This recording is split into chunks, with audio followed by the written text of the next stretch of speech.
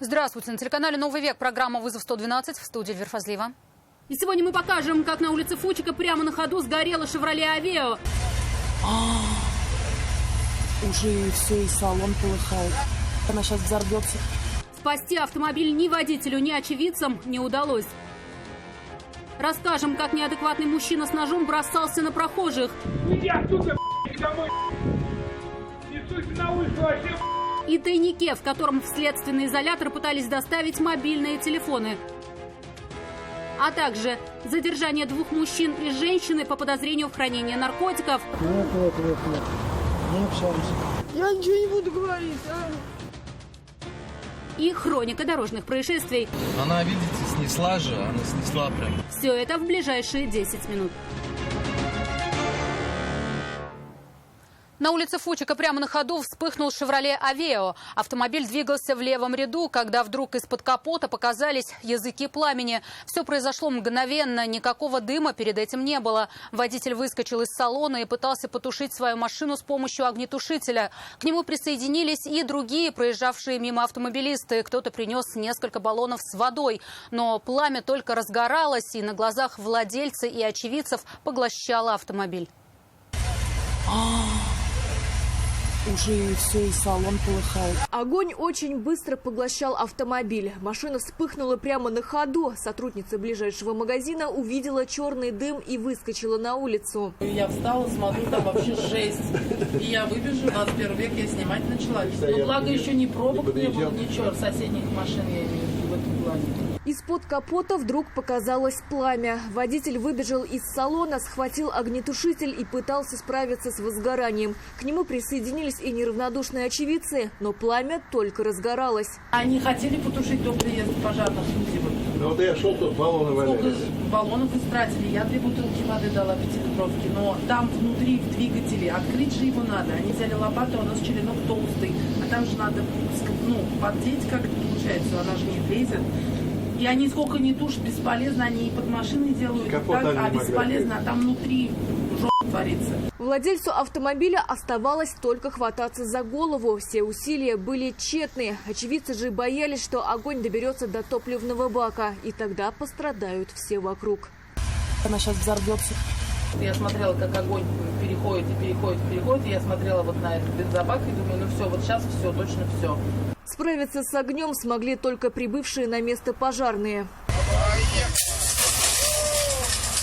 Чтобы потушить пламя, им потребовалось несколько минут. Но от внешне целой машины к тому времени мало что осталось внутри. Для владельца удивлением произошедшее не стало. Он сразу понял причину. Под капотом вылетел топливный шланг. Такое уже бывало. Трубка выскочила. Она раньше выскакивала. Закрепили вроде в ремзоне ее нормально.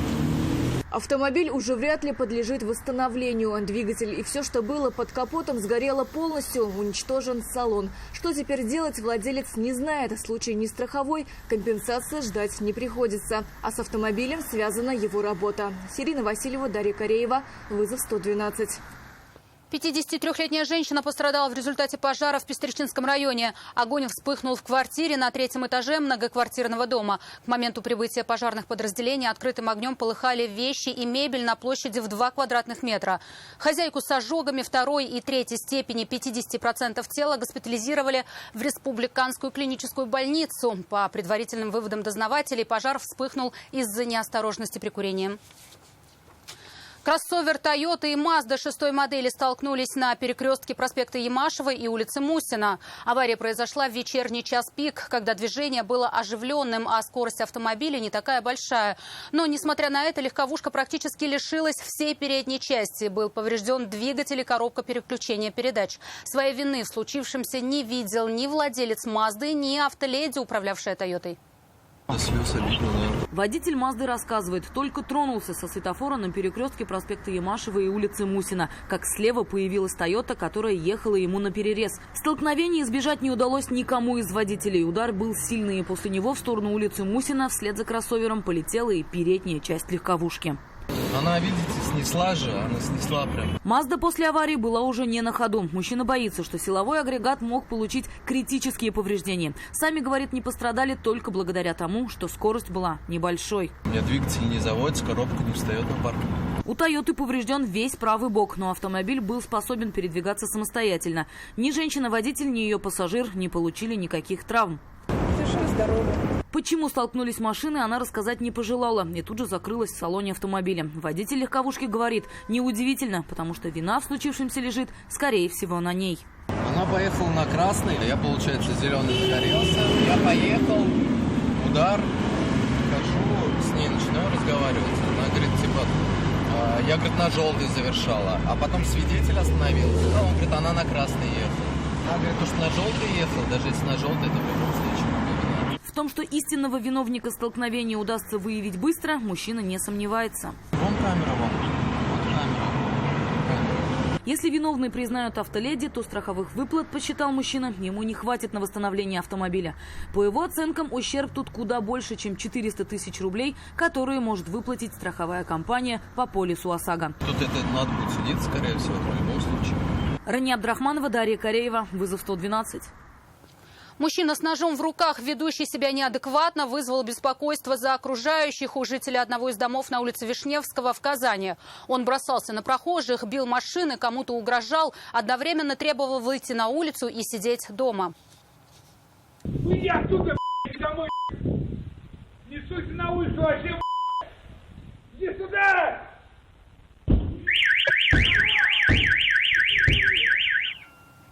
Невольные зрители этого представления стали тут же звонить в полицию. Никаких травм и материального ущерба мужчина никому причинить не успел. В отдел полиции Вишневский поступило сообщение о том, что в одном из дворов по улице Вишневского неадекватный мужчина размахивает ножом. На место происшествия выехали сотрудники полиции.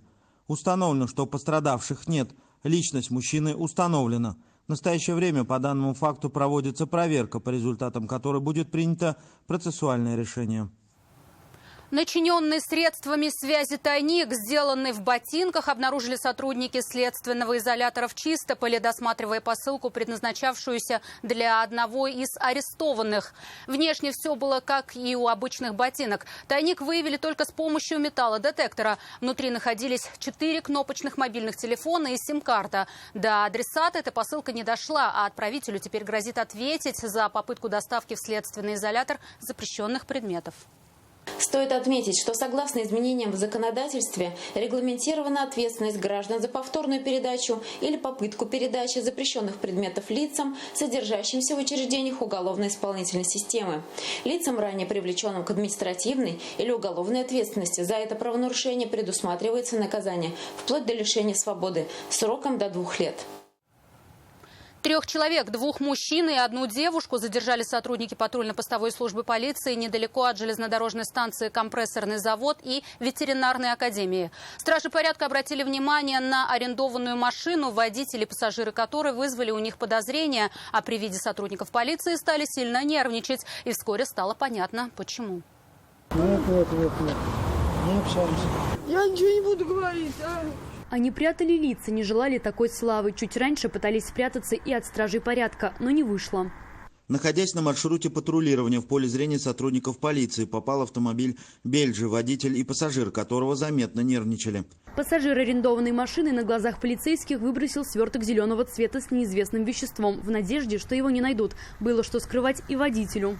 У водителя был обнаружен нож, в ручке которого находился зип-пакет с порошкообразным веществом светлого цвета. Мужчин задержали. Найденное у них вещество изъяли и направили на экспертизу. Исследование должно установить, что именно находилось в свертках и вес найденного вещества. Пассажиров на время выяснения всех обстоятельств доставили в отдел полиции, а водителя передали автоинспекторам, у которых к нему также были вопросы. Водительское удостоверение у мужчины просроченное. Продлевать его он не стал. За руль садиться не имел права. За вождение автомобиля без прав с признаками опьянения административный кодекс предусматривает до 15 суток ареста. За это время по факту обнаружения подозрительных веществ уже будет принято процессуальное решение. И если выяснится, что в свертках были наркотики в значительном размере, то административное дело может сменить уже уголовное. Лиана Бахтиева, Дарья Кореева, вызов 112. Это все, о чем успели вам рассказать. Обо всех происшествиях вы можете сообщать нам по телефону 570 50 50 или на мобильный 8 98 69 112 112. Также мы доступны в социальных сетях. Присылайте видео, снятое вами. В студии была Эльвира Фазлиева. До встречи и не бросайте вызов судьбе. Вдруг она его примет.